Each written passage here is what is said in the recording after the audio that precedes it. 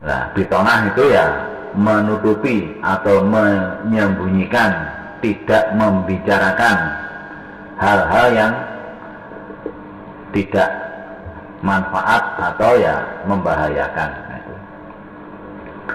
Nah, maka harus tetap bitonah. Contohnya seperti sholat Jumatan. Sholat Jumatan itu kalau di sini ya tidak apa-apa, di Jawa sini, di Indonesia.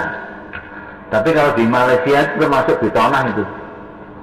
Karena kalau Jumatan sembarangan bisa ditangkap, bisa dituntut.